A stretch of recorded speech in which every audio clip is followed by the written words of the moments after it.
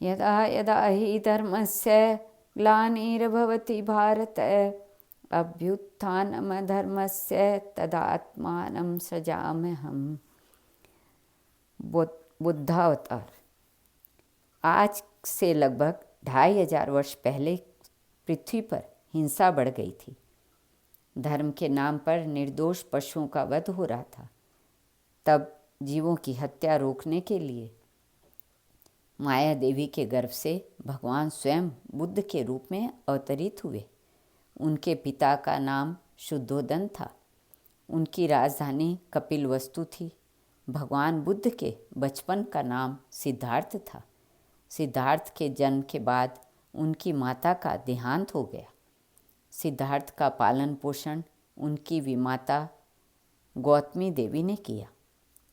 ज्योतिषियों ने कहा था कि राजकुमार या तो चक्रवर्ती राजा होंगे या विरक्त होकर जगत का कल्याण करेंगे। महाराज शुद्धोदन ज्योतिषियों की इस बात से चिंतित रहते थे। उन्होंने राजकुमार के लिए बहुत बड़ा भवन बनवा दिया था। उस भवन में दुख, रोग और मृत्यु की कोई बात न पहुँचे, इसकी कड़ी व्यवस्था कर दी थी। राजकुमार का विवाह राजकुमारी यशोधरा से हुआ था। उनके पुत्र का नाम राहुल था। राजकुमार सिद्धार्थ अत्यंत दयालु थे। एक बार उन्होंने पिता से नगर देखने की आज्ञा मांगी।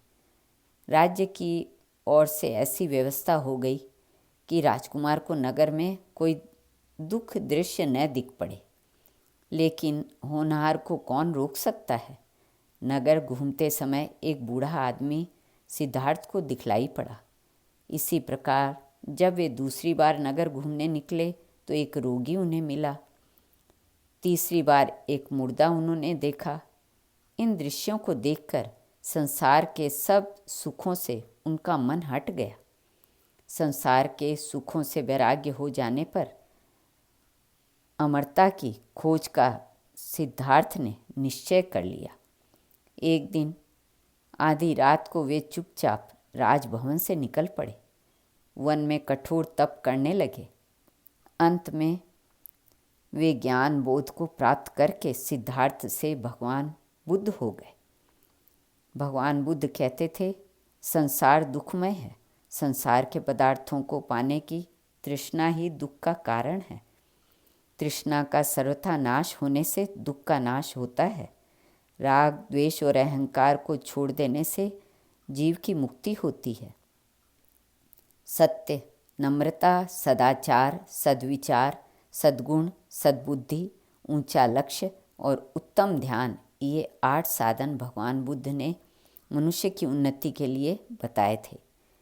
इस प्रकार उन्होंने संसार में घूम घूम कर मानव धर्म का खूब प्रचार किया। यज्ञ में पशुवध को रोका। जीवों के प्रति प्रेम, अहिंसा और सद्भाव का अमर संदेश दिया। आज भी भगवान बुद्ध के उपदेश जन जन के लिए कल्याणकारी हैं। अहिंसा के अवतार भगवान बुद्ध को हम नमस्कार करते हैं। श्री कृष्ण अर्पणमस्तु।